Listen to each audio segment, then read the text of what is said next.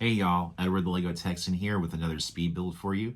Today we're building set 71741, the Ninjago City Gardens from Lego Ninjago, of course. 5,685 pieces. This thing is a beast. It is gorgeous looking on the box, lots of detail, lots of color, lots of minifigures. You can see the whole bottom of the box is a minifigure display right here. I am so thrilled to finally be getting around to building this set. I've actually had it in my backlog for quite a bit. I picked it up before it went off store shelves back in 2024. So it's been sitting in my backlog for a few months now because I love the look of it. Even though I'm actually not a Ninjago fan, I have never actually built a Ninjago set. This is my first, and I started off with a big one. I haven't had a chance to get the city markets yet, although it is on my to-do list. Probably not the workshops. I saw a recent video on that, and while it looks good, it just didn't speak to me like this one did.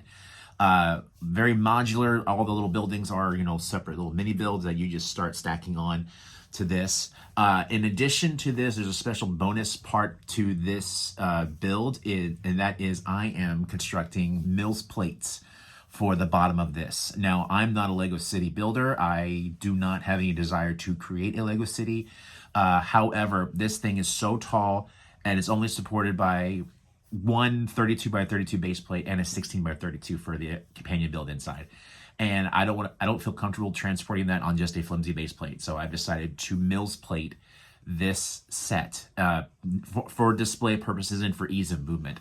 I've never built a Mills plate before, so this is actually also my first attempt at doing so. And it's going to look really good when it's all finished. I am so excited for this build.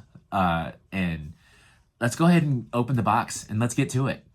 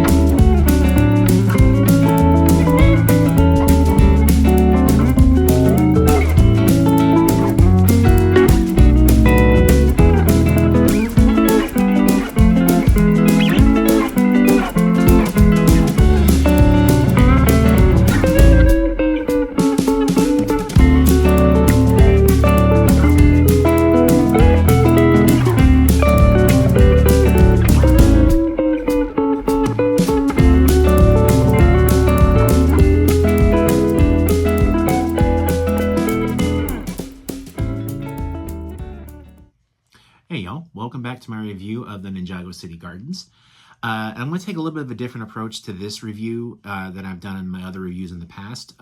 This is one of my larger sets, and there's a lot that I could talk about, but there's been so much that has been made by other creators about this set. This has been a very popular large set for larger creators than myself on this channel. So I'm going to keep it kind of short and sweet, talk about some of the highlights, some things I liked, some things I didn't, and we'll leave it at that pretty much. I will start off with a couple of things going into this review. One, I was not a follower of Ninjago before starting this build. Probably still not going to be. So what does that mean? Mainly, I mean, I'm not like well versed in the lore of Ninjago. It's not necessarily that I'm against it or I don't want to know anything about it. I just simply just don't know. Lack of knowledge. That's really all I got. I know some of the character names: Kai, Jay, Zane, Cole, Nia, Sensei Wu, a couple others that I've learned through my research, especially of all the minifigures that are in this particular set, you know, and some of which I want to highlight a couple real quick here. The Ronin minifigure, really cool torso printing on this. The face detail is actually pretty cool too. The Mechanic is another one. I like that little brick built tool he has, face printing, dual molded legs, nice bowler hat. And I could go on and on about the minifigures, but like I said, I'm not going to do that. I'm going to just kind of go over some of the highlights of this. There's even a couple of minifigures that are not official minifigures listed on the packaging, but they are in the box nonetheless. One of which is actually right there. That is the Chen's Noodle House sign statue. And it's a complete minifigure. He has torso, legs, hat, head, accessories. It's just the legs are backwards and positioned on there to make it look like a statue overlooking a restaurant sign. The other one is a Ninjago City statue. It is located on the 16 by 32 portion of the build near the end. Completely blank as far as decorations, so it's just light gray everything on the statue, but it's still a minifigure by those standards, I feel, anyway. One of the things I had to do on this, I mentioned this way back at the beginning of the video, if you remember it, was that I decided to Mills plate this set, and I did just that, and I am so grateful that I did. And I found the instructions and how, well, looking for instructions on how to build a Mills plate. There's many ways to do it, so I took a little bit of everything that I liked and created some, I think, some pretty decent Mills plates. I'm going to show you the small one. Of course, I started, you know, base plate, brick, plate on top, and then everything that would be built on that base plate is built on here. Same thing with the large one over here, and I'm glad I did. This thing is actually, it got some heft to it. It's very heavy, and I'm glad I decided not to leave it on that 32 by 32 base plate, because with all the movement that I've had to do in the filming of this video, the construction of this set, you know, I have to take it on and off my build area when I'm building different modules and then attaching them to the module. I have to constantly move it. And starting with a Mills plate on this was definitely the right maneuver. And makes it much more sturdy. And yes, it does add about 3/4 of an inch or so of height to the entire build, which is already a very tall. It's way above the camera view. It's where the top of the spire is on this thing. And it's going to make it much easier for me to move around when I decide to place this in my Lego room. I've got one shelf that is kind of cluttered at the moment. I got old instruction books on it. I got some loose minifigures that don't have a place yet. I'm probably going to have to rearrange that to make space for this set. And yeah, that's what I'm going to have to do, because my build table is getting a little full of older sets that I don't have a place for yet, and this is taking up a lot of space. But now, some of the things I like about the set, starting with the 16 by 32, this little temple module is really neat.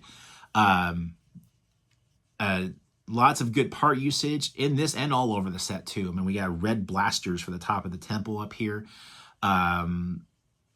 And we got the use of all these plates and everything. I love the plate work on the grass and this little hill area rising out of the water. It's very cool.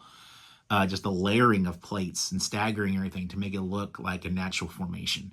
Very nice. And the little flowers are in the water on this, the little lily pads and everything is just very icing on the cake decorations. Lego really did a really good job with this set. I mean, I was filming my review for my other social network channels, and I was commenting that this is probably one of, if not my favorite build. Like the experience of the build was so varied. It wasn't a lot of repetition. Like for instance, the Colosseum. There was a lot of that repetitious, wall building. There was like differences and different techniques and part usage all over this thing to make it really cool. And I'm going to take you through some of that here. Right here, there's this bunch of hot dogs making part of the Chen's Noodle House roof right here. Bunch of black hot dogs. And on this side, the eaves of the ice cream shop, butcher cleavers in black.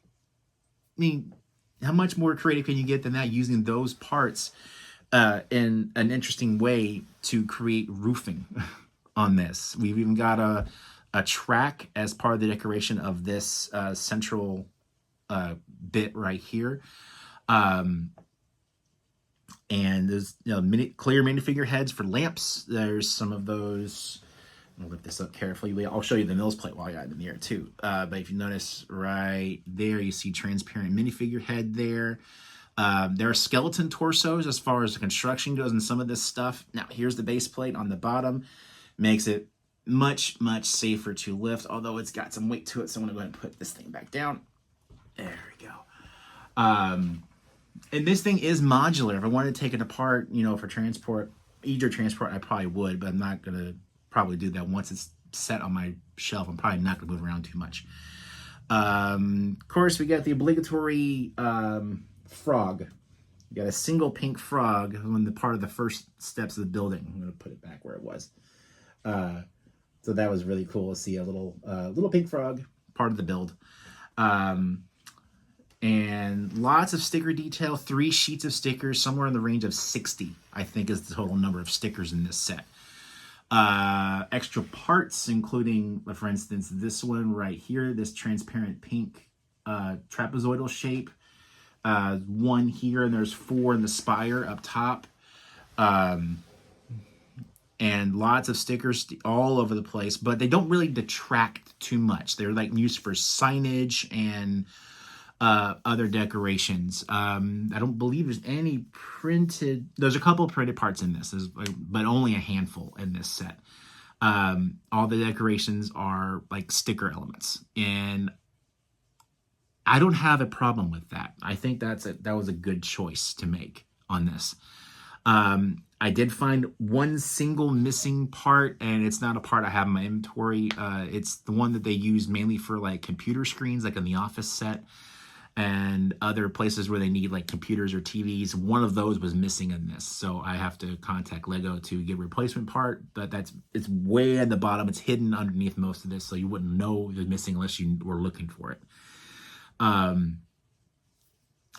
Just such a gorgeous Lego set, one of my favorites, and I'm glad I finally got a chance to build this. This was a very lengthy build. If you followed my progress up to this point, it took 12 days to get all of the footage out and my shorts and everything on my YouTube channel here, to get it out in proper digestible chunks, short of this long video. And longer than that to get it built, because I do pre-work, I pre-record this stuff even before I'm ready for it to premiere. So I've been working on this for a few weeks now. I just finished it today, which, and like as far as history goes, I actually finished this one day before this video premiered. And so I got it in just in the nick of time to premiere. But I'm glad it's done.